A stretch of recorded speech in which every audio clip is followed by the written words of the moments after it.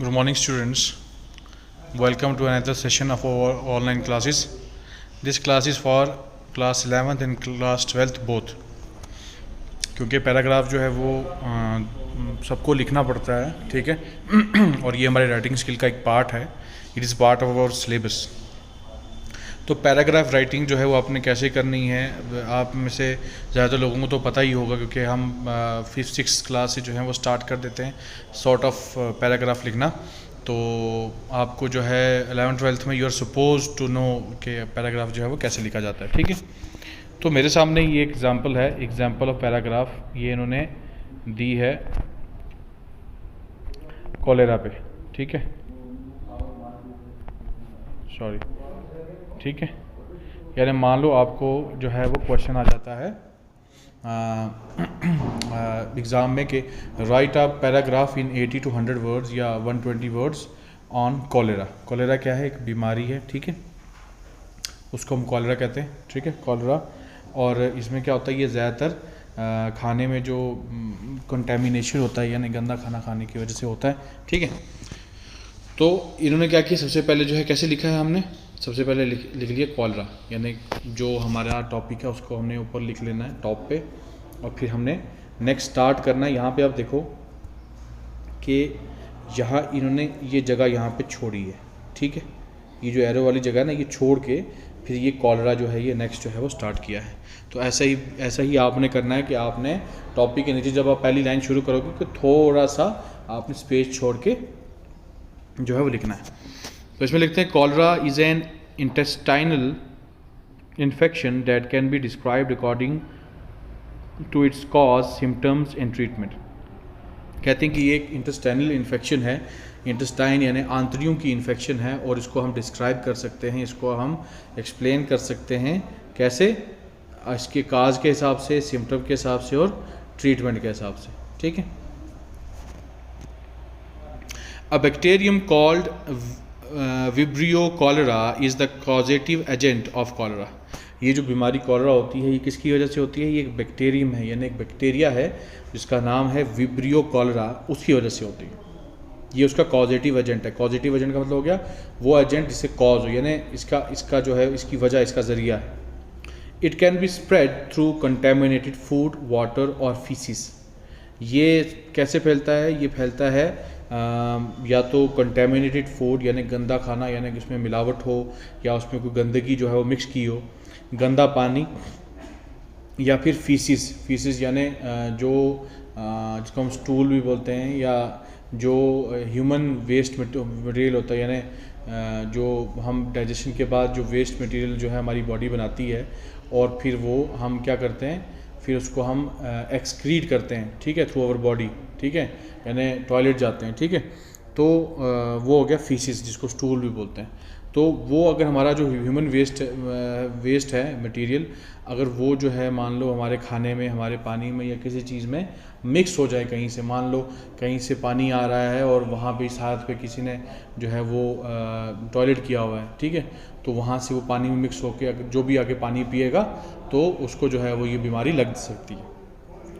Cholera patients में exhibit different symptoms. Cholera के जो पेशेंट्स होते हैं उनको अलग अलग जो हैं वो अलामतें ज़ाहिर होती हैं, उनके अलग अलग सिम्टम्स आते हैं, यानी अलग अलग उन पे असरात होते हैं। That can vary from mild to severe. कुछ को जो है वो उसके सिम्टम्स कम दिखते हैं कुछ पे, और कुछ पे बहुत सीवियर, बहुत ही ज़्यादा ख़तरनाक। Some symptoms are diarrhoea and loss of water and salts. और कुछ सिम्टम जो आम सिम्टम है, आम अलामत है कॉलरा की, वो है डायरिया यानी लूज़ मोशन लग जाना, ठीक है। उससे पानी का लॉस भी होता है बॉडी की, और साथ ही साथ सॉल्ट्स का भी। इसलिए ORS जो है, ओरल रिहाइड्रेशन सॉल्ट या सोल्यूशन जो है वो दिया जाता है।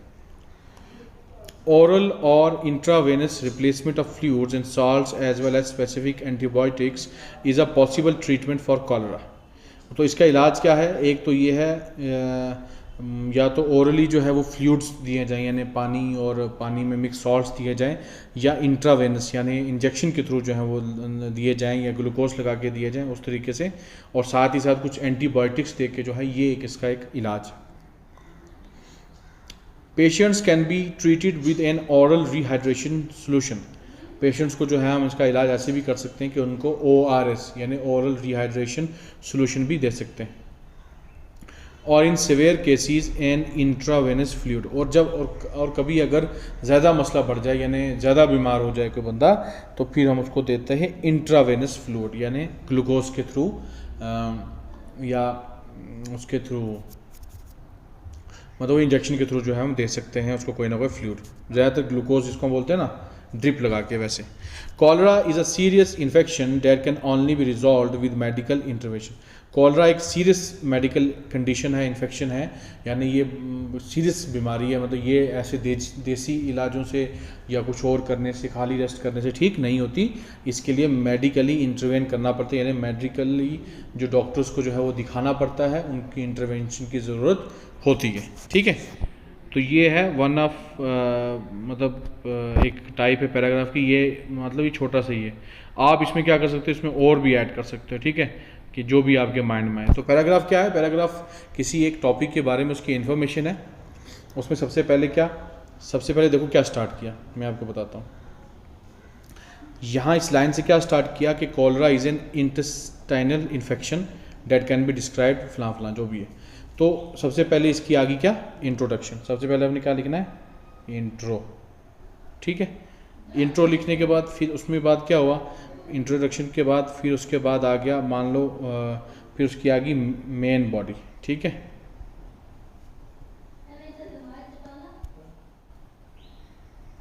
क्या आ गई, मेन बॉडी। ठीक है, किसकी, उसकी पैराग्राफ की। ठीक है, उसके बाद आ गया लास्ट में हमारे पास क्या आ जाता है, लास्ट में उन्होंने क्या लिखा, लास्ट में हमारे पास आ जाता है सॉल्यूशन, यानी कोई चीज़ है उसका सॉल्यूशन क्या है या उसका रिज़ल्ट क्या है। ठीक है, ठीक है, रिज़ल्ट। और लास्ट में हमारे पास आ जाता है कंक्लूजन। क्या, कंक्लूजन। ठीक है, लास्ट में हमने लिख लेना है कंक्लूजन। ठीक है, ये 4 हेडिंग हमारी इसकी होनी है ऐसे। इसमें आप क्या कर सकते हो, इसमें आप हेडिंग दे के भी कर सकते हो, ज़्यादातर पैराग्राफ में नहीं दी जाती। जैसे यहाँ पे ना हर चीज़ की हेडिंग नहीं दी गई है, ज़्यादातर ये चीज़ें जो है ऐसे में की जाती है, क्योंकि ऐसे जो है काफ़ी लंबा होता है, इसलिए तो पैराग्राफ में इतनी ज़रूरत नहीं होती। आप जैसे ही ये सामने हमारे पास ये पैराग्राफ है, इसी तरीके से आप पैराग्राफ लिख सकते हैं। ठीक है, आई होप यू अंडरस्टूड वेल। तो आज के लिए इतना ही, और साथ ही साथ आपको जो मैं होमवर्क दे रहा हूँ वो है, आपको जो होमवर्क है वो क्या है कि आपको पैराग्राफ लिखना है।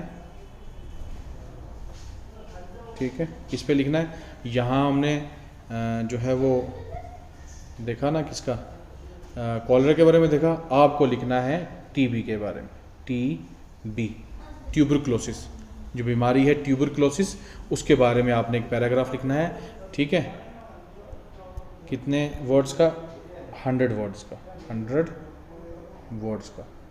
ठीक है, और ये 100 वर्ड्स का लिख के आपको ग्रुप में शेयर करना है, नोटबुक पे लिख के। ठीक है, तो आज के लिए इतना ही। I hope you enjoyed the lesson. अल्लाह हाफिज़।